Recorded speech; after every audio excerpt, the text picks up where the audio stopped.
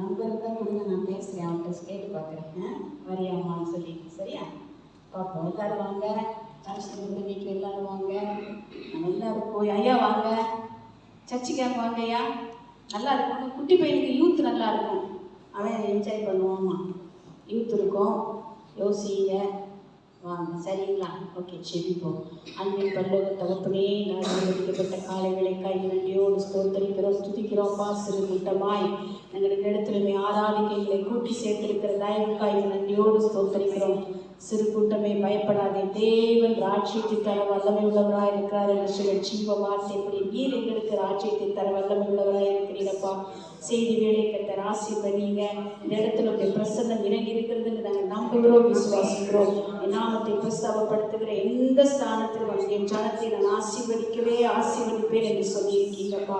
இந்த பிரசன்னம் இந்த இடத்துல இருக்கிறது. ஆவி ஆத்மா சரத்துக்கு தேவையான மன்னாவை தந்து எங்களை ஆசீர்வதித்து அனுப்புங்க. அடியாளை சிலைக்கு பின்பதாக இரத்த கோட்டைக்குள்ளாக மறைத்துக் கொள்ளுங்க. தாழ்த்தி இந்த கருத்தை ஒப்புக் கொள்ளுங்க. இயேசுவின் நாமத்தில் செபிக்கிற நல்ல பிதாவே, ஆமென். அல்லேலூயா. இந்த சாட்டர்டே ஆனால் இந்த அட்வர்டைஸ்மெண்ட்டை எல்லாரும் உங்கள் ஃப்ரெண்ட்ஸுக்கெலாம் நீங்கள் அனுப்புங்க.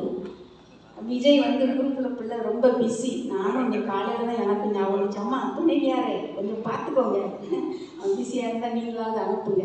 ஸோ நீங்கள் வாட்ஸ்அப்பில் உங்கள் ஃப்ரெண்ட்ஸுக்கு நீங்கள் அனுப்புங்க. அனுப்புனாலும் அவங்க பார்ப்பாங்க, சரி அந்த நேரத்தை ஃப்ரீ பண்ணுவாங்க. வர்றதுக்கு நம்ம என்ன செய்வாங்க, பொய் சுவிசேஷம் சொல்ல முடியாட்டாலும் வாட்ஸ்அப்லையாவது அனுப்புங்கய்யா. அல்லேலூயா. முடியவா முடியாதா? 10 பேருக்கு அனுப்புங்க. ஆண்டாண்டு காலமாக மழைக்கால இருக்கீங்க, 10 ஃப்ரெண்ட்ஸ் தெரியாதா? ஹிந்துவா இருந்தாலும் அனுப்பி விடுங்க. அனுப்பி விடுத்து if you free come and join சொல்லுங்க. ஒருவேளை அன்னைக்கு காலையில் அவனுக்கு மனசு சரியில்லாமல் இருக்கும், சரி போய் தான் பார்ப்போமே என்னத்தை தான் சொல்கிறாங்கன்னு வருவான். முண்டை ஆட்டாதீங்க, செய்யுங்க. சரியா? ஃப்ரெண்ட்ஸுகளுக்கெல்லாம் அனுப்புங்க. ஹல்லேலூயா. கர்த்தருடைய ராஜ்யத்தை சேர்த்து கட்டுவோம். இந்த நாளின் செய்திக்கு நேராக நாம் கடந்து போகலாம். ஆண்டவர்கிட்ட நமக்கு தந்திருக்கிற தலைப்பு சோர்ந்து போகாதே. ஹல்லேலூயா. உண்மையிலே நம்ம எல்லாம் சோர்ந்து போய் தான் இருக்கோம்ல. ஆரம்பத்தில் கலத்தியர்ல பவுல் சொல்லுகிறார், ஆவியிலே தொடங்கின நீங்க மாம்சத்துல ஏயா முடிக்க போறீங்கன்னு கேட்கிற மாதிரி ஆவியில உற்சாகமாக தொடங்கி 6 மாசம் முடிய போகுது. ஹல்லேலூயா. கடைசி சண்டே வரைக்கும் கர்த்தர் நம்மை பாதுகாத்து கொண்டு வந்திருக்கிறதுனால சபையிலே சேர்களெல்லாம் காலியா இருக்கும்போது பார்க்கும்போது கொஞ்சம் எப்படிதான் இருக்கு, சோர்வாக இருக்கிற போல இருக்கிற அந்த ஆண்டவருக்கு நமக்கு தருகிற செய்தி சோர்ந்து போகாதே என்று சொல்லி செய்தியை தருகிறார். இந்த வார்த்தையை நம்ம தியானிக்க போகிறோம். சோர்ந்து போகாதே என்ற வார்த்தைக்கு என்ன அர்த்தம்னா, துணிவுடன் இரு அல்லது மனம் தளராதே. ஹல்லேலூயா. என்ன செய்யணும்? தைரியமா இருக்கணும். சூழ்நிலை எப்படி இருந்தாலும், சுற்றி இருக்கிறவங்க எப்படி இருந்தாலும், நம்பிக்கை அற்ற சூழ்நிலை இருந்தாலும் எப்படி இருக்கணும்? எப்படி இருக்கணுமா? துணிவுடன் தைரியமா இருக்கணும். அடுத்ததாக மனம் தளர்ந்து போகக்கூடாது. ஹல்லேலூயா. மனம் சோர்ந்து போகக்கூடாது. நமக்கு சத்துரு வேற யாருமே கிடையாது, வீட்டார் தான் சத்துரு. ஹல்லேலூயா. கூட இருக்கிறவங்க, சபையில இருக்கிறவங்க தான் நமக்கு என்ன செய்வாங்க, டிஸ்கரேஜ் பண்றதுக்குரிய வார்த்தைகளை சொல்லுவாங்க. சூழ்நிலைகள் அப்படியெல்லாம் வரும். குடும்பத்துல நம்ம நம்பி இருக்கிறவங்க தான் மனம் தளர்ந்து போகக்கூடிய வார்த்தைகளை சொல்லுவாங்க. அப்ப ஆண்டவர் இந்த கால வேளையில சொல்லுறாரு, சோர்ந்து போகாத, தைரியமாக இரு, மனம் தளர்ந்து போகாதே. ஹல்லேலூயா. இந்த வார்த்தையை கொண்டு இந்த வேளையில ஆண்டவர் நம்மோடு கூட பேச போகிறார். சோர்வு என்பது ஒருவரின் உள்ளத்திலும் உடலிலும் ஆன்மாவிலும் வந்துவிடும் தளர்ச்சி, நம்பிக்கை இழப்பு, மனசோர்வு ஆகியவற்றை குறிக்கிறது.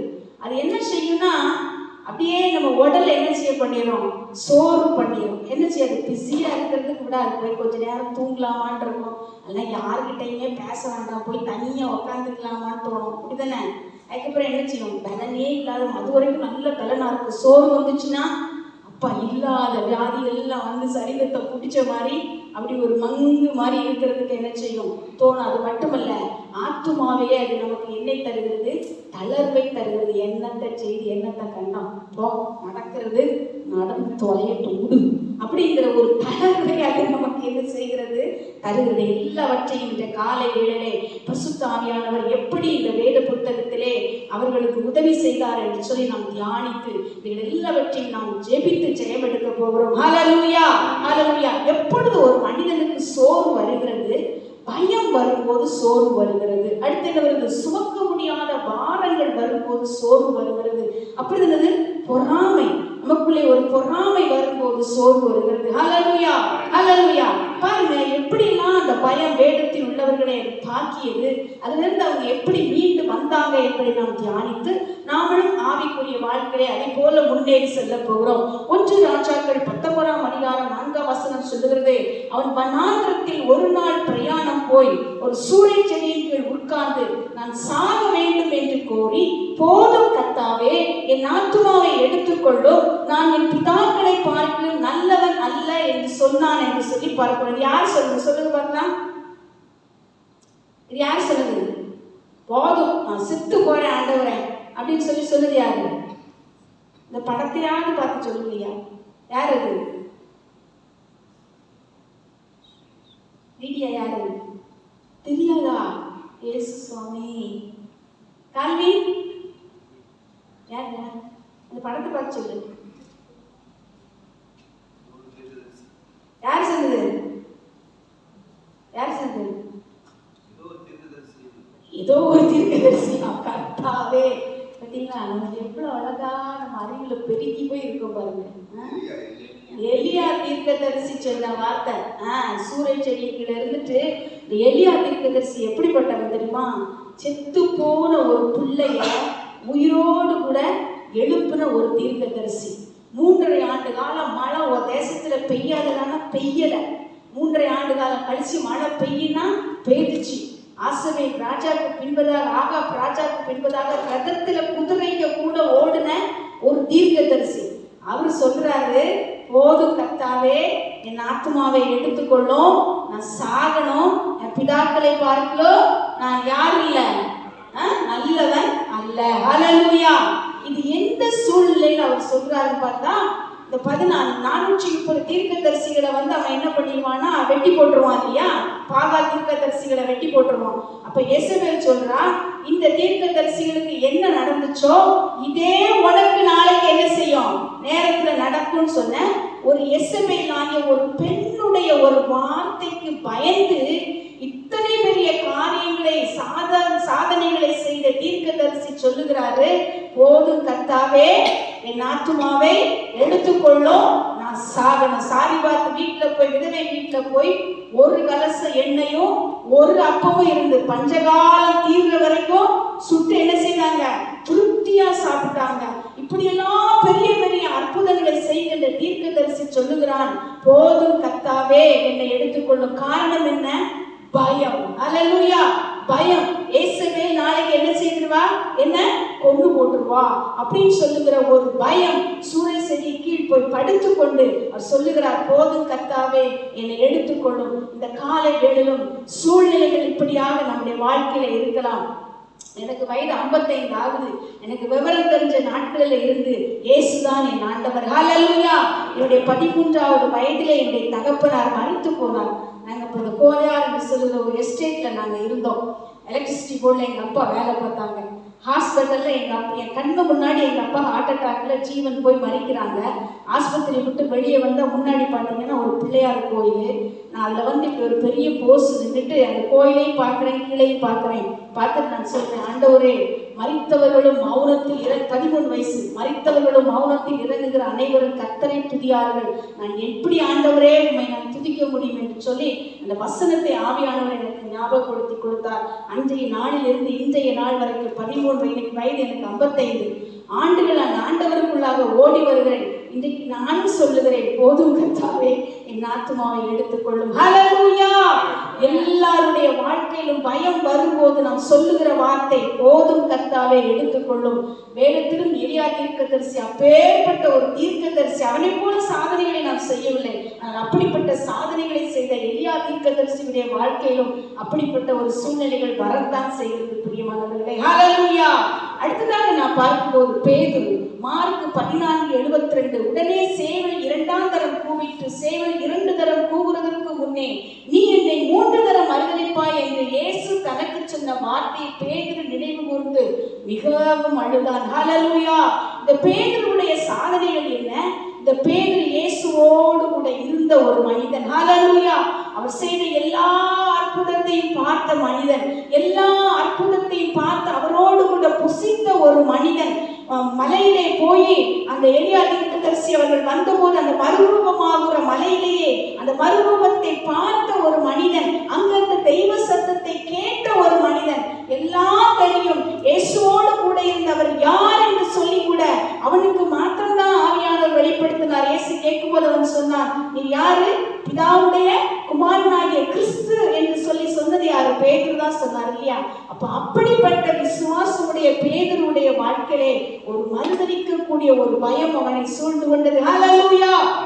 இயேசுவை பிடித்து பிரதான ஆசாரியர் அங்கே விசாரித்துக் கொண்டிருக்கும் போது இவன் பயந்து போய் அந்த வழியாக வரும்போது அந்த நெருப்பு மூட்டி கொண்டிருக்கிற ஒரு வேலைக்காரி சொல்லுகிறார், நீ இயேசுவோடு கூட இருந்தாய் என்று சொல்லி அவனுக்குள்ளே பயம் வந்தது.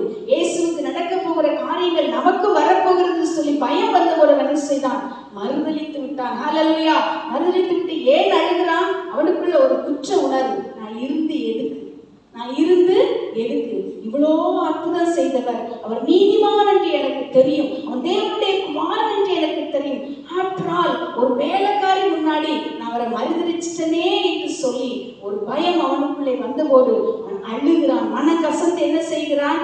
அழுகிறான். பிரியமானவர்களே, இப்படிப்பட்ட ஒரு சூழ்நிலைகள் நம்முடைய வாழ்க்கையில வரத்தான் சரி. என்னுடைய வாழ்க்கையில வந்தது ஒரு 4 வருடத்துக்கு முன்பதாக என்று நான் நினைக்கிறேன். இக்கட்டான ஒரு சூழ்நிலை, நான் வாயை திறந்து சில வார்த்தைகளை நான் சொல்லிவிட்டேன். என்னுடைய இருதயம் கசந்து போயிற்று. நான் ஓடி போய் பாஸ்டரிடத்தில் நான் சொன்னேன் அந்த சண்டே, பாஸ்டர் என்னுடைய வேதனையினால் என்னுடைய வார்த்தையினால் இந்த வார்த்தைகளை நான் சொல்லிவிட்டேன் பாஸ்டர், எனக்கு கம்யூனியன் எடுக்கிறதுக்கு பயமா இருக்கு என்று சொன்னேன். பார்த்து சொன்னாங்க, பரவாயில்ல, நீங்க கடந்து போன சூழ்நிலையை ஆண்டவர் அறிவார். ஹல்லேலூயா! கிறிஸ்துவுக்குள் பிரியமான உங்களுடைய வாழ்க்கையிலும் நீங்கள் இக்கட்டான சூழ்நிலை போகும்போது ஆண்டவரை மறுதலிக்கக்கூடிய வார்த்தைகளை நீங்கள் சொல்லி இருப்பீர்களானால் பயப்படாதீர்கள். நமக்கு முன்னோடியாக ஒரு அண்ணாச்சி அங்கே என்ன செய்யப்பட்டிருக்கிறார்? வேதத்திலே சொல்லப்பட்டிருக்கிறார். ஹல்லேலூயா! பயம் என்ன செய்கிறது? நமக்கு இப்படிப்பட்ட ஒரு சூழ்நிலையை நம்முடைய வாழ்க்கையிலே உருவாக்குகிறது. அடுத்ததாக எது நம்மை சோர்வுக்குள்ளாக தள்ளுகிறது? சுமக்க முடியாத பாரங்கள். ஹல்லேலூயா! வீட்டில் உள்ள பாரங்கள், வேலை பழுக்கள், சுற்றத்தாருடைய பிரச்சனைகளினால வருகிற பாரங்கள், பினான்சியல் ப்ராப்ளம், வியாதி ஒரு பக்கம், தேவைகள் ஒரு பக்கம், சுற்றத்தாரால் சொல்லப்படுகிற இப்படிப்பட்ட பாரங்கள் நம்மை அழுத்தும் போது நாம் என்ன செய்கிறோம்? சோர்ந்து போகிறோம். பாருங்க, உங்களுடைய வெண்ணாக புஸ்தகம் 11ஆம் அதிகாரம் 15ஆம் வசனத்துல சொல்லப்பட்டிருக்கு, உடைய கண்களிலே எனக்கு கிருபை கிடைத்ததானால் இப்படி எனக்கு செய்யாமல் என் உபத்திரவத்தை நான் காணக்கூடாதபடிக்கு இப்பொழுதே என்னை கொன்று போடும் என்று வேண்டிக் கொண்டார். யார் அது? மோசே. ஹல்லேலூயா! இஸ்ரவேல் ஜனங்களை வழிநடத்தி கொண்டு வரும்போது தாங்க முடியாத பாரம், ஜனங்களுடைய முறுமுறுப்பு, ஜனங்களினால் வருகிற உபத்திரவங்கள். ஹல்லேலூயா! காலை வனத்தில் நடக்கிறது அத்தனை ஒரு சாத்தியம் கிடையாது பிரியமானவர்களே. ஹல்லேலூயா!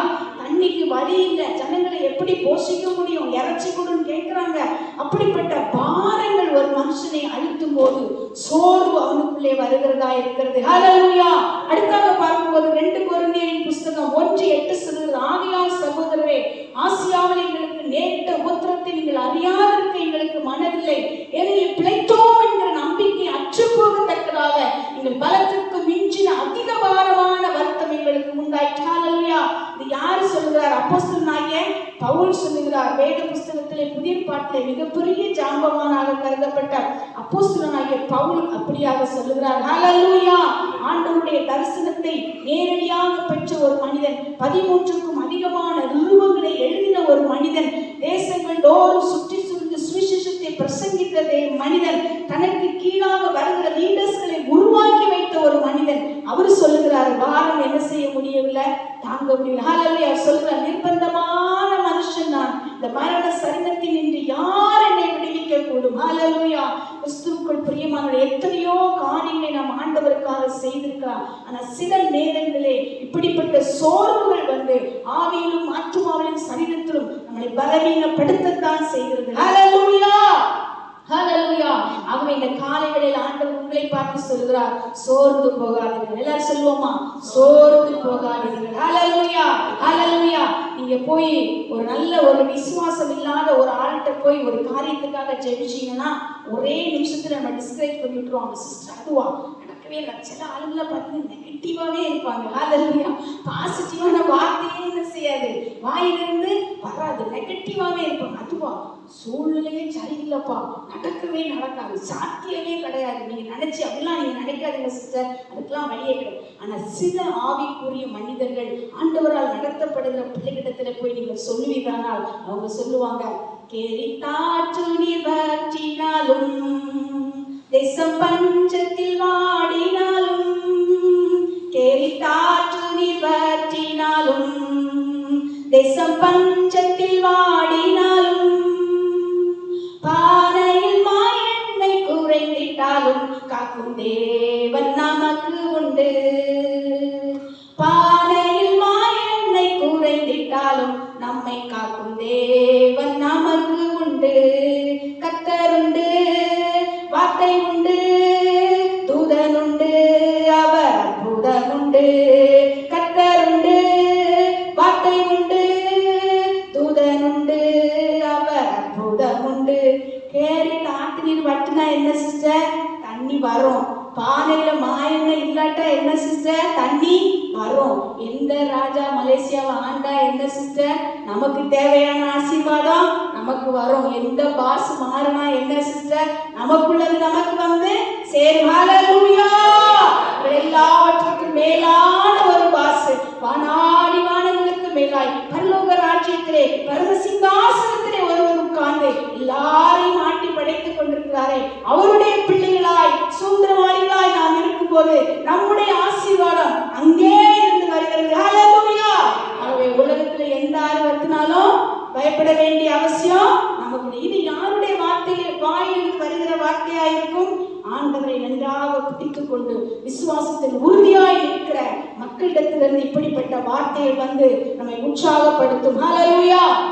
அடுத்தாக நான் பார்க்கும்போது ஒரு மனுஷனுக்குள்ள பொறாமை வரும்போது அவனுக்குள்ளே சோறு வருகிறது. ஹல்லேலூயா!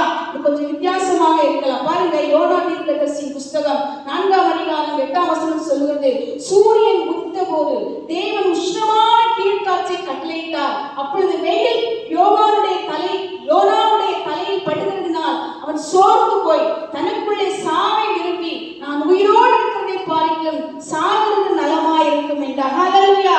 இந்த யோனா யாரு? நினிவே பட்டணத்துக்கு போய் மனம் திரும்புதலுக்கு என்று தீர்க்க தரிசனம் சொல்லும்படி ஆண்டவரால் தெரிந்து கொள்ளப்பட்ட ஒரு மனிதன். நினிவே பட்டணத்தால் பொல்லாத ஜனங்கள். ஹல்லேலூயா! அவங்க மனிதர்களை கொண்டு அப்படியே அந்த எலும்பு கொடுத்து அந்த தேசத்து எல்லைகள்லாம் தூக்கி வச்சிருப்பாங்க. அந்த தேசத்து எல்லையெல்லாம் நீங்க சுத்தி பார்த்தீங்கன்னா என்னதாக இருக்கும்? இப்படிப்பட்ட கொடூரமான மனிதர்கள் வாழுகிற இடம். யோனாவுக்கு நல்லா தெரியும், அவனுக்கு உலகத்தை நல்லா என்ஜாய் பண்ணக்கூடிய மனுஷங்கள். தெய்வ பயமே அங்க என்ன செய்யாது, கிடையாது. இப்ப இங்க போய் சொல்றாரு, நீ போய் சொல்லு, தீர்க்க தரிசனம் சொல்லு. இப்ப இவனுக்குள்ள ஒரு எண்ணம், ஒருவேளை போய் சொல்லிட்டான், இவனுக்கு மனம் திரும்பிட்டான், ஆண்டவர் அவங்களை காப்பாத்திட்டான், இவனுக்கு என்ன கிடைக்காது? தண்டனை கிடைக்காது. ஹல்லேலூயா! அப்ப இவனுக்கு தண்டனை கிடைக்கணும்னு சொன்னா நாம போய் என்ன செய்யக்கூடாது? சொல்லக்கூடாது. ஆண்டவர் விட்டாரா? மீனுக்கு வயிற்றுல எல்லாம் போட்டு புரட்டி எடுத்து போய் தீர்க்க தரிசனத்தை என்ன செய்து விட்டார்? சொல்ல வைத்து விட்டார். ஆனால் ஆண்டவர் 40 நாள் அவர்களுக்கு என்ன கொடுத்தாரு? டைம் கொடுத்தாரு. ஹல்லேலூயா! அவனுக்கு ரப்பரா பாருங்க. அதான் வேதம் சொல்லுகிறது, கர்த்தருடைய பிள்ளைகளை பார்க்கும் இப்பிரபஞ்சத்தின் பிள்ளைகள் லகுவா எல்லாத்தையும் என்ன செய்திருந்தாங்களாம்? அவன் அந்நிய தெய்வத்தை ஆராதிக்கிற கடவுள் பயம் இல்லாதவன். ஆனா ஒரு தீர்க்க தரிசி போய் சொன்ன உடனே எவ்வளவு அவார் ஆயிட்டான் பாருங்க. நடக்குதோ இல்லையோடா, இந்த 40 நாள் என்னச்சு? பாஸ்டிங் போடு. ஒருவேளை அவன் சாமி மனம் திரும்பி நமக்கு இறக்கம் பாராட்டிட்டா என்ன செய்யுது? சந்தோஷம் தானே? போட்டான் 40 நாள், அனுபவிக்கிறதுனா அனுபவிச்சிட்டான். 40 நாள் பாஸ்டிங் போட்டான். கர்த்தர் மனம் இறங்கினார், ஜனங்களை தீங்கிலிருந்து விடுவித்தார். யோனாவை பார்த்து சொன்னார், வலதுகைக்கும் இடதுகைக்கும் வித்தியாசம் அறியாத லட்சத்துக்கும் அதிகமான ஜனங்களுக்காக நான் பரிதபிக்காம இருப்பேனப்பா. பாரு, ஆடு மாடை கூட பட்டினி போட்டு கேட்கிறானே, அப்புறம் நான் எப்படி கொடுக்காம இருக்க முடியும்? இல்லையா? அப்போ பொறாமை, மற்றவர்களுக்கு ஒரு ஆசீர்வாதம் வரும்போது நான் நிறைய பொறாமப்பட்டு கேட்பான். நான் ஒத்துக்கொள்வேன், எனக்கு கிடைக்காத சில ஆசீர்வாதங்கள் நான் கேட்டு எதையாவது ஒன்று விரும்பி கேட்டுட்டு இருப்பானே, எனக்கு கிடைக்காது. அது மற்றவங்களுக்கு கிடைக்கும். நான் சொல்லியிருக்கேன் ஆண்டுகிட்ட, அங்கே மட்டும் என்ன விசேஷம்? நான் கேட்டிருக்கேன், நீங்களும் கேட்டிருக்கீங்களான்னு தெரியல. அங்கே மட்டும் என்ன விசேஷம்? அது என்ன, கொஞ்சம் சீக்கிரத்துக்கு கொஞ்சம் சொல்லுங்க ஆண்டவரே எனக்கு. நான் கேட்டிருக்கேன். கேளுங்க நீங்க ஆண்டுகிட்ட. நான் கேட்டிருக்கேன், வாதாடி இருக்கேன், இன்னும் வாதாடிட்டு இருக்கிறேன், இன்னைக்கு வரைக்கும் வாதாடிட்டு தான் இருக்கிறேன். தாங்க ஆண்டவரே, நாம் கேட்க கடமைப்பட்டிருக்கிறோம். ஆண்டவர் நமக்கு என்ன செய்வார்? பொறாமை ஒரு மனுஷனுக்குள்ளே சோர்வை கொண்டு வருகிறது. மத்தேயு 26:38. அப்பொழுது அவர் என் ஆத்துமா மரணத்துக்கு ஏதுவான துக்கம் கொண்டிருக்கிறது, நீங்கள் இங்கே தங்கி என்னோட கூட விழித்திருங்கள் என்று சொல்லி இயேசு கிறிஸ்துவை குறித்து சொல்லுகிறது. ஹல்லேலூயா. பொறாமை பிடித்த மனிதர்களால் ஆண்டவர் என்ன செய்யப்பட்டார்? சிலுவையிலே அறையப்படுவதற்கு கொண்டு போவதற்கு முன்பதாக ஆண்டவர் இந்த எல்லா சூழ்நிலைகளையும் அவர் கடந்து வந்தார். ஹல்லேலூயா, ஹல்லேலூயா. அவருக்குள்ளே ஒரு பயம் பிடித்தது, திகில் பிடித்தது. ஓடி போய் தாவிடத்திலே கேட்டார், இந்த பாத்திரம் என்னை விட்டு விலகக்கூடுமானால் நீங்கும்படி செய்யும் ஆண்டவரே என்று சொல்லி வேண்டுதல் செய்தார். ஹல்லேலூயா, ஹல்லேலூயா. உலகத்தின் பாவங்கள் அவர் மேலே கொட்டப்பட்ட போது, பாரம் சுமத்தப்பட்ட போது, சரீரத்தில் இருக்கக்கூடிய சின்ன சின்ன நரம்புகள் வெட்டித்து அதிலிருந்து இரத்தமானது வேர்வையாக வந்தது என்று சொல்லி வேதம் சொல்லுகிறது. ஹல்லேலூயா, ஹல்லேலூயா. அது மாத்திரமல்ல, பொறாமை கொண்ட ஜனங்களால அவர் தனிமைப்படுத்தப்பட்டார், நிராகரிக்கப்பட்டார், தூசணமான வார்த்தைகளால கீழ்த்தரமாக பேசப்பட்டார். ஹல்லேலூயா. நீ ராஜாவாக இருந்தால் நீ தப்பித்துக் கொள்ள, உன்னை நீயே தப்பித்துக் கொள்ள முடியுமானால் சிலுவையில் இருந்து இறங்கி வா என்று சொல்லி ஜனங்கள் அவர் என்ன செய்தார்கள்? மனம் அடித்து போக பண்ணினார்கள். ஹல்லேலூயா. ஆனால் இயேசு கிறிஸ்துவிலே ஜெயம் பெற்றாரா? ஜெயம் பெற்றாரா? ஜெயம் பெற்றார். எப்படி ஜெயம் பெற்றார் தெரியுமா? வேதம் சொல்லுகிறது, தமக்கு முன் வைத்திருந்த சந்தோஷத்தின் பொருட்டு ஒரு அவமானத்தை எண்ணாமல் தன்னைத்தானே ஒப்புக் கொடுத்தார். முன்னிருந்து வைக்கப்பட்ட சந்தோஷம் என்ன? சந்தோஷம் என்ன? இயேசு கிறிஸ்துவுக்கு முன் வைக்கப்பட்ட சந்தோஷம் என்ன? பிதாவாகிய தேவன் அவரை அனுப்பும் போது சொல்லி அனுப்பினார், இந்த மிஷனை முடிச்சு நீ வந்தா என்னுடைய வலது வாசத்தில் நீ வீற்றிருப்பாய். ஹல்லேலூயா. கிறிஸ்துவுக்குள் பிரியமானவர்களே, இன்றைக்கு உங்களுக்கும் சில வாக்குத்தத்தங்கள், உங்களுக்கும் சில தரிசனங்கள் கொடுக்கப்பட்டிருக்கிறது. ஹல்லேலூயா. சூழ்நிலைகள் இப்படி எல்லாம் இருக்கலாம், ஆனால் இவைகளை முடித்துவிட்டு என்னிடத்தில் வருவாயானால் உனக்கென்று ஒரு ஆசீர்வாதம் வைக்கப்பட்டிருக்கிறது. ஹல்லேலூயா, ஹல்லேலூயா. ஆகவே நாம் சோர்ந்து போக வேண்டிய அவசியம் இல்லை. என்னென்ன ஆசீர்வாதங்களை ஆண்டவர் நமக்கு வைத்திருக்கிறார்? கலாத்தியர் 6:9, நன்மை செய்வதில் சோர்ந்து போகாமல் இருப்போமாக, நாம் தளர்ந்து போகாதிருந்தால் ஏற்ற காலத்திலே அறுப்போம். ஹல்லேலூயா. சோர்ந்து போகாமல் நன்மை செய்கிறவர்களாக இருப்போம் என்று சொன்னால் ஏற்ற காலத்திலே ஆண்டவர் நமக்கு ரிவார்டு தருவார். ஹல்லேலூயா. அது மாத்திரமல்ல, ஏசாயா 40:28 சொல்லுது, பூமியின் கடையாந்தரங்களை சிருஷ்டித்த கர்த்தராகிய நான் தேவன் சோர்ந்து போவதும் இல்லை, இளைப்படைவதும் இல்லை. இதை நீ அறியாயோ? இதை நீ கேட்டதில்லையோ? அவருடைய புத்தி ஆராய்ந்து முடியாது. ஹல்லேலூயா. உங்களையும் என்னையும் அழைத்த தேவன் அவர் சோர்ந்து போவதே இல்லை. ஹல்லேலூயா. ஆகவே நாமளும் சோர்ந்து போக வேண்டிய அவசியம் இல்லை. மாத்திரமல்ல, ஏசாயா 55:9 சொல்லுகிறது, பூமியை பார்க்கிலும் வானங்கள் எப்படி உயர்ந்திருக்கிறதோ அப்படியே உங்கள் வழிகளை பார்க்கிலும் என் வழிகளும் உங்கள் நினைவுகளை பார்க்கிலும் என் நினைவுகளும் உயர்ந்திருக்கிறது. ஹல்லேலூயா. இங்க இருக்கிற சூழ்நிலை, நம்ம சுற்றி நடக்கிற பிரச்சனைகள், நம்ம சுற்றி இருக்கிற ஜனங்களை பார்த்து நாம் சோர்ந்து போக வேண்டிய அவசியம் இல்லை. ஹல்லேலூயா. ஆண்டவருடைய நினைவுகள் நம்மை குறித்து மேலானவைகள். ஹல்லேலூயா, ஹல்லேலூயா. நம்முடைய நினைவுகளை பார்க்கலாம் அவைகள் மேலானவைகளாய் இருக்கிறபடினாலே நிறைவான ஆசீர்வாதத்துக்குள்ளே நம்ம நடத்துகிறார். ஏசாயா 40:29, சோர்ந்து போகிறவனுக்கு ஒரு பலன் கொடுத்து சத்துவம் இல்லாதவனுக்கு அவர் சத்துவத்தை கொடுக்கிறார். ஹல்லேலூயா. எப்பொழுதெல்லாம் நீங்க சோர்ந்து போவீங்களோ, நீங்க படுக்கிறீங்களோ, உட்கார்ந்து ஜெபிக்கிறீங்களோ, நடந்து ஜெபிக்கிறீங்களோ, சொல்லுங்க, ஆண்டவரே நான் சோர்ந்து போயிருக்கிறேன், நீ உற்சாகப்படுத்தும்படி ஒரு தரிசனத்தை தாரும். ஹல்லேலூயா. தாவீது சொல்லுகிறான், சந்தோஷம் மனமகிழ்ச்சி கேட்கும்படி செய்யும், அப்பொழுது நொறுங்கின எலும்புகள் என்ன செய்யும்? கைகூடும். ஆண்டவரே நான் சந்தோஷமும் மனமகிழ்ச்சி கேட்கும்படியான செய்திகளை எனக்கு அனுப்பும் ஆண்டவரே, நான் திரும்பமாய் உமக்குள்ளாய் எழுப்பி நிற்கட்டும் என்று சொல்லி நம் ஆண்டவரிடத்தில் கேட்க போகிறோம். யாக்கோபு 1:12 சொல்கிறது, சோதனை சகிக்கிற மனுஷன் பாக்கியவான், அவன் உத்தமன் என்று விளங்கிய பின்பு கர்த்தர் தம்மிடத்தில் அன்புகிறவர்களுக்கு வாக்குத்தத்தம் பண்ணின ஜீவ கிரீடத்தை தருகிறார். ஹல்லேலூயா. சோதனை சகிக்கிற நாம் பாக்கியவான்களாய் இருக்கிறோம், பாக்கியவாட்டிகளாய் இருக்கிறோம். ஹல்லேலூயா. அவர்களுக்கு தான் ஆண்டவர் நித்திய ஜீவனை அவர் கொடுக்கிறவராக இருக்கிறார். ஹல்லேலூயா. இந்த காலை வேளையிலும் நாம் சோர்ந்து போக வேண்டிய அவசியம் இல்லை. பிரியமானவர்களே, சோர்வு வருவதற்கான காரணங்கள் என்ன? நீண்ட நேரம் பதிலில்லாத ஜெபம், மனிதர்களிடமிருந்து எதிர்ப்பு, தொடர்ந்து சோதனைகள். நிறைய நேரம் நமக்கு ஒரு காரியத்துக்காக ஜெபித்துட்டே இருப்போம், பதிலே கிடைச்சிருக்காது, சோறு வரும். ஹல்லேலூயா. வேதம் சொல், நெடுநாட்களாய் காத்திருத்தல் இருதயத்தை இழைக்க பண்ணும், விரும்பினது வரும்போது ஜீவ விருட்சம் போல் இருக்கும். ஹல்லேலூயா. ஆகவே சோர்ந்து போகாமல் நாம் தொடர்ந்து ஜெபிப்போம். பிரியமானவர்களே, அது மட்டுமல்ல, மனிதர்களிடத்திலிருந்து வருகிற எதிர்ப்புகள் நம்ம என்ன செய்யப்படுகிறது? சோர்வு பண்ணுகிறது. தொடர்ந்து சோதனை, ஒரு சோதனையிலிருந்து ஜெயம் பெற்றவுடனே அடுத்த சோதனை,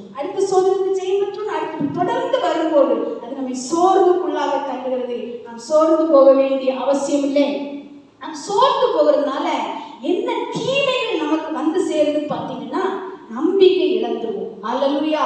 விசுவாசம் நமக்கு என்ன வாக்குத்தத்தங்கள் எல்லாம் நிறைய இருக்கும், எல்லாம் நம்ம என்ன செய்துருவோம், நம்பிக்கை இழந்துருவோம், விசுவாசம் இல்லாமல் போயிடும். ஆகவே சோர்வுக்கு இடம் கொடுக்காதீர்கள். இரண்டாவதாக, தேவன் திட்டத்தை மறுக்கவில்லை. நமக்கு ஆண்டவர் டெஸ்டினி வச்சு நம்ம நடத்திட்டு போவார்.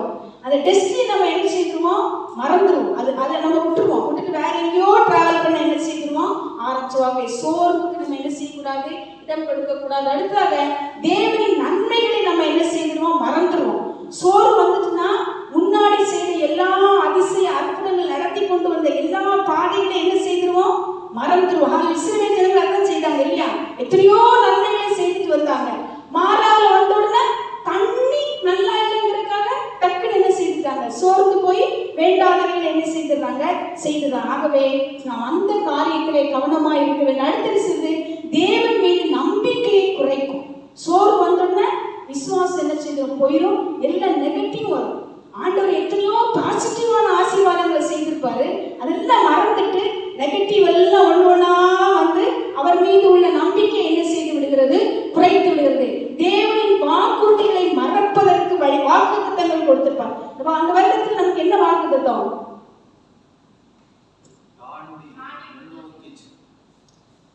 அது வந்து தீம் ப்ராமிஸ் வர்ஸ். பைபிள்ல இருந்து கொடுக்கப்பட்ட ப்ராமிஸ் வர்ஸ் என்ன, நம்ம தமிழ் சர்ச்சுக்கு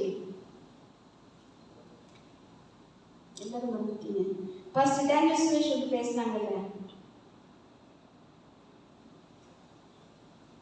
சரி உங்களுக்கு ஒரு, நான் என்னோட ஹஸ்பண்ட் ஒரு போட்டோல ஒரு வசனம் அடிச்சு கொடுத்தோம்ல, என்ன வசனம், சரி பரவாயில்ல, சொல்லி ஜெபிக்கணும். நான் ஜெபிப்பேன், டெய்லி நான் சொல்லி ஜெபிப்பேன். எனக்கு சோறு வருதுன்னா உடனே எழுதி இந்த வாக்குத்தத்தங்கள் எல்லாம் சொல்லி, ஏசாயா 49:14, இதோ என் உள்ளங்கைகளில் உன்னை வரைந்திருக்கிறேன், மதில்கள் எப்போதும் எனக்கு முன்பாக இருக்கிறது. ஹல்லேலூயா, ஹல்லேலூயா. இந்த வசனம் தான் வருஷ துவக்கத்தில் ஆண்டவர் எனக்கு கொடுத்தாரு. ஆக்சுவலா நான் ஒரு சாட்சி சொல்லணும். நியூ இயர் ஆராதனைன்னு சொன்னா, நான் அந்த வருஷம் ரொம்ப சண்டை ஆண்டவர். எப்படின்னா, நியூ இயர் ஆராதனைனா நான் போய் ஏதோ ஒரு சபையிலிருந்து யாரோ ஒரு ஊழியக்காரர் மூலமாக கொடுக்குற வாக்குத்தங்களை வாங்கிட்டு வந்து இந்த வருஷம் முழுவதும் ஜெபிக்கிறது தான் வழக்கம். இந்த வருஷம் என்ன ஆயிட்டுன்னா, அந்த தமிழ் சபையில் என்ன வைக்கணும்னு சொல்லிட்டாங்க, நியூ இயர் கொண்டாடணும், நியூ இயர் சர்ச்சு ஆராதனை வைக்கணும்னு சொன்னாங்க. குழப்பமா இருந்துச்சு. நான் வைக்கணும், என் ஹஸ்பண்ட் சொல்றேன், எப்பா நம்ம போய் எங்கேயாவது ஒரு சபையிலேருந்து ஒரு பாஸ்டர்லேருந்து வாக்குத்தத்தை வாங்கிட்டு வர்றது எப்படி இருக்கு, நம்மள மெசேஜ் கொடுக்க சொல்லிடுவாங்களோ அப்படி ஒரு பயம் எங்கள் 2 பேத்துக்குள்ளே இருந்துகிட்டே இருந்து. விஜய் அழகாக வந்து டேனியல் சுரேஷ் பாஸ்டர் இது பண்ணாங்க. அப்போ நான் ஜெபித்துட்டே வந்தேன், ஆண்டவரே அந்த மகன் மூலம் எங்களுக்கு இந்த வருஷம் ஒரு வாக்குத்தத்தை நீங்கள் கொடுக்கணும் ஆண்டவரே அப்படின்னு சொல்லி ஜெபித்துட்டே இருக்கும்போது பார்த்தா ஆண்டவர் சொல்றாரு, அதிகாலையில் என் உள்ள கைகளில் உன்னை வரைந்து வைத்திருக்கேன், மதில்கள் எப்போது எனக்கு முன்பதாக இருக்கிறது. அப்புறம் நான் எழுப்பி நினைச்சேன், ஒருவேளை நமக்கு இது ஞாபகத்தில் இந்த வசனம் வருது போல, ஏன்னா வாக்குத்தத்தை கேட்டுட்டு இருக்கோம்ல, அதனால வருது போல அப்படின்னு சொல்லிட்டு அந்த இடத்துல எடுத்து அடுத்த சைடு போய் உட்காந்து கமந்து உட்காந்து அப்படியே தூங்குறேன். அழகாக ஒரு கை வந்து அதில் அது எழுதுது, அதாவது அந்த கை எழுதுது என்னோட கண்ணில். அப்போ நான் நினச்சிக்கிட்டேன், ஆண்டவர் இந்த வருஷம் நமக்கு இந்த வாக்குத்தத்தை கொடுக்குறாருன்னு சொல்லி. ஹல்லேலூயா. பாஸ்டர் டேனியல் சுரேஷ் வந்தவங்க வந்து வாக்குதான் சொல்லாமல் சொல்லிட்டாங்க, நான் உங்களுக்கு வாக்குதான் தரமாட்டேன், ப்ராமிஸ் தான் தரமாட்டேன், சோதனைலாம் அப்படின்னு சொல்லிட்டாங்க. இப்போ கொஞ்சம் ரொம்ப அப்போ நான் நினச்சிக்கிட்டேன், அதனால தான் ஆண்டவர் நமக்கு இந்த வாக்குத்தத்தை என்ன செய்திருக்காங்க, கொடுத்துருக்காங்க. ஆனால் அவர் கொடுத்த வசனத்திலிருந்து நான் எடுத்த வாக்குத்தத்தம், என் சமூகம் உனக்கு முன்பதாக சொல்லும், நான் உன்னை விட்டு விலகாதிருப்பேன். ஹல்லேலூயா. அது நம்ம கடைசி இந்த ஜெபத்தில் நம்ம சொல்லி அந்த வாக்குத்தை சுதந்திரித்தோம். ஹல்லேலூயா. இப்போ இன்றைக்கு 6 மாதங்கள் ஆண்டவர் நம்மை எப்படி நடத்தி கொண்டு வந்திருக்கிறார், உள்ள கைகளிலே நம்மை வரைந்து வைத்து நடத்தி கொண்டு வந்திருக்கிறார். ஹல்லேலூயா, ஹல்லேலூயா. இன்னும் இருக்கிற 6 மாதத்திலும் உள்ளங்கையிலே வரைந்து வைத்து நம்மை நடத்துவார். ஹல்லேலூயா. நம்முடைய ஞானத்துல, நம்முடைய பலத்துல, நம்முடைய விசுவாசத்துல அல்ல, உலகம் உருவாவதற்கு முன்னதாகவே தாயின் கற்பத்தில் இருக்கும் போதே நம்மை பெயர் சொல்லி அழைத்து தெரிந்தெடுத்தாரே, அவருடைய கிருபையினால், அவருடைய பலத்தினால், அவருடைய இரத்தத்தினால் அடுத்த 6 மாதத்தையும் உள்ள கையிலே அவர் என்னை வரைந்து வைத்திருக்கிறார் என்று சொல்லுகிற விசுவாசத்தோடு கூட நாம் கடந்து போக போகிறோம். ஹல்லேலூயா. சோர்ந்து போகாதீர்கள், சோர்ந்து போகாதீர்கள். ஹல்லேலூயா. வானத்தையும் பூமி படைத்த சர்வ வல்லமையுள்ள தெய்வம் தன் ஜீவனையே கல்வாரி சிலுவையிலே நமக்காக கொடுத்தவர், நம் நம்மோடு கூட இருக்கிறார். வேதம் சொல்லுதே, தன் சொந்த குமாரனையே நமக்காக, சொந்த குமாரனுடைய ஜீவனையே நமக்காக தந்தவர், மற்ற எல்லாவற்றையும் தராமல் இருப்பது எப்படி? ஹல்லேலூயா! ஒரு ஜீவனையே கொடுப்பதற்கு மகனை தந்த தெய்வம் சொற்ப பினான்ஸ் தேவையை சந்திக்க மாட்டாரா? சொற்ப சரீர வியாதியை சந்திக்க மாட்டாரா? ஹல்லேலூயா! உங்களுடைய சின்ன சின்ன உலக பிரகாரமான தேவைகளை சந்திக்க மாட்டாரா? நிச்சயமாக சந்திப்பார். ஹல்லேலூயா! விசுவாசத்தோடு கூட நாம் நடப்போம். சரி, சோர்ந்து போகாமல் இருக்க வேண்டுமானால் நாம் என்ன செய்ய வேண்டும்? நடுவில் உள்ளது பாருங்க. உண்மையான கிறிஸ்தவ வாழ்க்கை என்பது சோர்வில்லாத வாழ்க்கை அல்ல. கிறிஸ்தவ வாழ்க்கைன்னா சோர்வு என்ன செய்யும்? வரும். வந்துச்சா? நம்ம பார்த்தோம் இல்லையா? மோசேக்கு வந்துச்சு, எலியாவுக்கு வந்துச்சு, பேதுருக்கு வந்துச்சு, பவுலுக்கு வந்துச்சு, ஈவன் ஜீசஸ் கிரைஸ்டுக்கு ஆல்சோ என்ன செய்துச்சு? வந்துச்சு. ஆனா அவங்க அது எல்லாவற்றிலும் என்ன செய்றாங்க பாருங்க, சோர்வில்லாத வாழ்க்கை, ஆனால் சோர்விலே நிலைத்திருக்கும் வாழ்க்கை. ஹல்லேலூயா! சோர்விலேயும் வாக்குத்தத்தங்களை பிடித்துக் கொண்டு ஆண்டவருக்குள்ளாக நாம் நிலைத்திருக்கிறது தான் கிறிஸ்தவ வாழ்க்கை. ஹல்லேலூயா! ஹல்லேலூயா! இனி பாருங்க, நாம் என்ன செய்ய வேண்டும்? சோர்ந்து போகாமல் இருக்க வேண்டுமானால் என்ன செய்ய வேண்டும்? தொடர்ந்து செபிக்கணும்.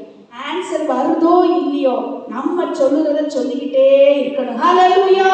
அநீதி உள்ள நியாயாதிபதி இடத்துல போய் அந்த விதவை என்ன செய்தா? தொந்தரவு பண்ணிக்கொண்டே இருந்தாள். நம்ம ஜெபிக்கிறத காலையில முட்டி போட்டு ஆமே, அடுத்த நாள் காலையில் எழுப்பி ஆமே. நீங்க சொல்ல வேண்டியதை சொல்லிக்கொண்டே இருங்கள். ஹல்லேலூயா! அடுத்தாக வசனத்தில் நிலைத்திருங்கள். வாக்கு தத்தங்களை நாம் விட்டுவிடக் கூடாது. ஹல்லேலூயா! ஒவ்வொரு நாளும் ஜெபிக்கும் போது ஆண்டவரே உடைய வேலை இப்படி சொல்லுகிறது எனக்கு செய்யும், ஆண்டவரே உடைய வசனம் இப்படி சொல்லுகிறது எனக்கு செய்யும், எனக்கு தேவை இருக்கு, உடைய வாக்கு தத்தத்தின்படி என்னை என்ன செய்யும்? ஆசீர்வதியும் என்று சொல்லி வசனத்தை அறிக்கை பண்ணுகிறவர்களாய் நாம் இருக்க வேண்டும். நல்ல நம்பிக்கையாளருடன் நட்பு கொள்ளுங்கள். ஹல்லேலூயா! பிலீவர்ஸ் கூட ரிலேஷன்ஷிப் வைத்துக் கொள்ளுங்கள். ஹல்லேலூயா! பரிசுத்தவான்களுடைய ஐக்கியம் நமக்கு ரொம்ப முக்கியமா இருக்கு பிரியமானவர்களே. ஹல்லேலூயா! பாருங்க, சில நேரங்களில் எனக்கு ரொம்ப சோறு இருந்துச்சுன்னா நான் பாசி எகிரிட்டு தான் போய் ப்ரேயர் பண்ணுறது போவேன். ஒன்றுமே சொல்ல மாட்டேன். என் பிரச்சனையோ என் போராட்டமோ எதுவுமே சொல்ல மாட்டேன். சிஸ்டர் எனக்கு ப்ரே பண்ணுங்க. அவங்க ப்ரே பண்ணுவாங்க. ஆவியானவர் நமக்கு தேவையான வார்த்தைகளை அவங்க வாயில வைத்து நமக்காக ஜெபிக்க பண்ணுவார். ஹல்லேலூயா! ஹல்லேலூயா! சோறு வந்துட்டா டக்குன்னு ஃபோன் பண்ணி திரேசாக்கா எனக்காக ப்ரே பண்ணுங்க, என்னெல்லாம் ஒன்றும் சொல்ல விடாது, திரேசாக்கா எனக்காக ப்ரே பண்ணுங்க. அவங்க கொஞ்ச நேரம் சோத்திர ஆவியானவர் வாயில வார்த்தை வைப்பார். ஹல்லேலூயா! சோறு வந்துட்டா அமுதா ஆண்டிக்கு ஃபோன் பண்ணி, அமுதா ஆண்டி கொஞ்சம் ப்ரே பண்ணுங்க ஆண்டி, அவங்களோட ப்ரே பண்ணுவாங்க. வார்த்தையை ஆண்டவர் அனுப்புவார். ஹல்லேலூயா! மாதா சிஸ்டருக்கு ஃபோன் பண்ணுங்க, சின்ன பிள்ளைங்க ஃபோன் பண்ணுங்க, ஆண்டி எனக்கு இப்படி இருக்கு, வேற ஒன்றும் சொல்லக்கூடாது, ஒன்றுக்கு என்ன இருக்குன்னு சொல்லணும், ஆண்டி எனக்கு ப்ரே பண்ணுங்க. ஆவியானவர் அவர்கள் மூலம் வார்த்தைகளை தந்து நம்மளை உற்சாகப்படுத்துவார். ஹல்லேலூயா! ஆகவே இந்த 3 காரியத்தை தொடர்ந்து செபியுங்கள். வாக்குத்தங்கள் கொடுக்கப்பட்ட வாக்குத்த வசனங்களை அறிக்கை செய்யுங்கள். விசுவாச குடும்பங்களோடு கூட நல்ல ஐக்கியம் வைத்து அவர்களிடத்தில் நீங்கள் என்ன செய்யுங்க? தொடர்பு கொள்ளுங்கள். ஹல்லேலூயா! ஆகவே தான் பவுல் சொல்கிறார், சபை கூடி வருவதை சிலர் விட்டு விடுகிறது போல நீங்கள் என்ன செய்யாதீர்கள்? விட்டு விடாதீர்கள். ஹல்லேலூயா! உடனே ஃபோன் பண்ணி எனக்கு 10 வெள்ளி போட்டு விடுங்க அப்படி சொல்லிடாதீங்க. ஜோடி சிஸ்டர் சொன்னாங்கன்னு சொல்லிட்டு மலேசியாவில் அது பழக்கம் பார்த்துருக்கீங்களா? நான் I experience in my life. Phone பண்ணி ஒரு 300 வெள்ளி நீங்கள் போட்டு விடுங்களேன், நான் பார்க்குறேனே. பிரியமானவர்களே, கஷ்டம்னு வந்தால் நம்ம உதவணும். இடுக்கணில் உதவவே சகோதரன் பிறந்திருக்கிறான். ரொம்ப கஷ்டமா நீங்கள் அந்த ஆளை பார்த்துக்கணும். நம்ம செய்யணும். உண்மையிலே நல்ல மனுஷனா நம்ம செய்யறது தப்புலாம். சில ஜனங்கள் பார்த்தீங்கன்னா அட்வான்டேஜ் எடுத்துட்டு நான் நிறைய கான்டாக்ட், தமிழ் கான்டாக்ட் கட் பண்ணிடுவேன். அந்த சபையிலேருந்து கூட்டிட்டு போய் ஜெபிக்க சொல்லுவாங்க, என் கான்டாக்ட் கொடுங்க, நான் பேசுங்க, நான் உங்களுக்கு பண்ணுறேன்னு சொன்னால் முதல்ல அவங்க சொல்கிறது தான், ஒரு 100 வெள்ளி எனக்கு ஒரு 300 வெள்ளி, அது 300 வெள்ளி போட்டு விடுங்களேன், நான் பார்க்குறேனே அப்படிங்கிறாங்க. நமக்கு அவங்க யாருன்னே தெரியல. பாருங்க, ஜெபத்துக்காக நம்ம போகிறோம். அப்போ அப்படி அல்ல. அந்த வார்த்தை, ஜீவ வார்த்தைகள், வாக்குத்தத்தமான வார்த்தைகள், ஆண்டவர் கொடுக்கிற வார்த்தைகள், அதிலிருந்து ஆண்டவரிடத்திலிருந்து நமக்கு என்ன செய்யும்? வந்து கிடைக்கும். ஹல்லேலூயா! அது நம்ம ஜீவனை பலப்படுத்தும். அந்த வார்த்தை அவர்கள் எதுக்காக அனுப்பினார்கள்? வாழ்த்து திரும்பும். ஹல்லேலூயா! அந்த வார்த்தைகளை நீங்கள் பிடித்துக் கொள்ளும் போது அது நம்முடைய வாழ்க்கை வாழ்விலே பலன் தந்து நம் தேவைகளை அதை நிவர்த்தி செய்கிறதாக இருக்கிறது. ஹல்லேலூயா. எல்லாரும் எழுந்து நிற்போமா. ஆகவே நாம் சோர்ந்து போக வேண்டிய அவசியம் இல்லை. தொடர்ந்து ஜெபியுங்கள். வாக்குத்தத்த வசனங்களை பிடித்துக் கொள்ளுங்கள். விசுவாச குடும்பங்களோடு உள்ள நல்ல உறவுகளை வைத்துக் கொள்ளுங்கள். இவைகளின் வழியாக ஆண்டவர் நம்மை உற்சாகப்படுத்தி நம்மளை பலப்படுத்த அவர் போதுமானவராக இருக்கிறார். ஹல்லேலூயா. ப்ளே பண்ணுமா நன்றியான ஒப்பு கொடுங்க. ஆண்டவருடைய சோர்வுகளை எல்லாம் எடுத்து போடுங்க. ஆவி ஆத்துமா சரத்தில் இருக்கிற சோர்வுகளை நீக்குங்க. ஆண்டவரை பிசாசு கொண்டு வருகிற எல்லா சோர்வுகள் நீங்கட்டும். சோதனைகள் கொண்டு வருகிற சோர்வுகள் நீங்கட்டும். மனுஷனால் வருகிற சோர்வுகள் நீங்கட்டும். பொறாமையினால் வருகிற சோர்வுகள் நீங்கட்டும் என்று சொல்லி ஜெபிப்போம். ஹல்லேலூயா.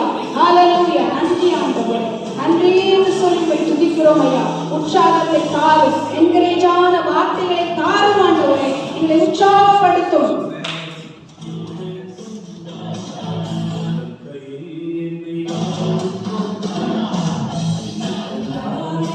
என்னை கண்டார், உள்ளங்கையில் என்னை மறைத்துக் கொண்டார். கடைசி வரைக்கும் காத்துக் கொள்ளும். சவுண்ட் வைமா உற்சாகமாய் பாடுங்க.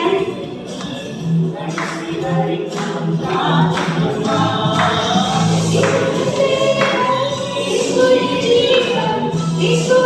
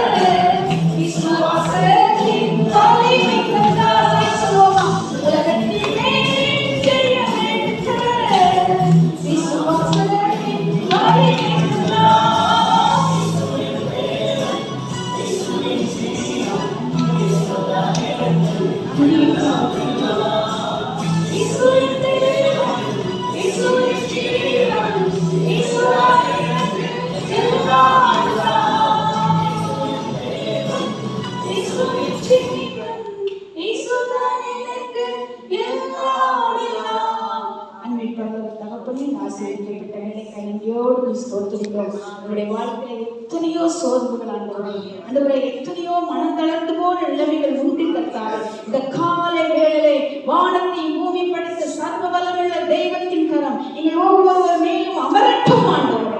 கல்வாரி சிலுவையில் எங்களுக்காய் ஜீவனை கொடுத்த இயேசு கிறிஸ்துவின் அன்பு உடைய ஆவி ஆத்மா சகத்துக்குள்ளே ஊடுருவி செல்லட்டும் ஐயா. ஆண்டவரை தேற்றவாளனாகிய பரிசுத்த ஆவியானவர் ஒவ்வொரு நாளும் எங்களுக்குள்ளே தங்கி தாவரித்து எங்களை தேற்றி நடத்துகிறார். உற்சாகத்தை தாரும். உங்கள் சோர்ந்து போகிற நேரங்களில் ஆண்டவருக்கு என்கரேஜான வார்த்தைகளை, ஆண்டவரை என்கரேஜான தரிசனங்களை, சொப்பனங்களை தந்து நாங்கள் 2 நாட்களாய் ஜெபித்துக் கொண்டிருக்கிற எங்கள் ஜெபங்களுக்கு பதில் தந்து நாங்கள் சந்தோஷம் மனமகிழ்ச்சி கேட்கும்படி செய்து எல்லாம் கலிகூற பண்ணும் ஆண்டவரே. வருகிற மாதங்களிலே கர்த்தர் அப்படியாய் எங்களை ஆசீர்வதிக்கிற கிருபைக்காய் நன்றி என்று சொல்லி துதிக்கிறோம் ஐயா. இந்த கருத்து ஆசீர்வாதத்தை எடுத்துக் கொள்கிறோம். இயேசுவின் நாமத்தில் ஜெபிக்கிறேன் நல்ல பிதாவே. ஆமென்.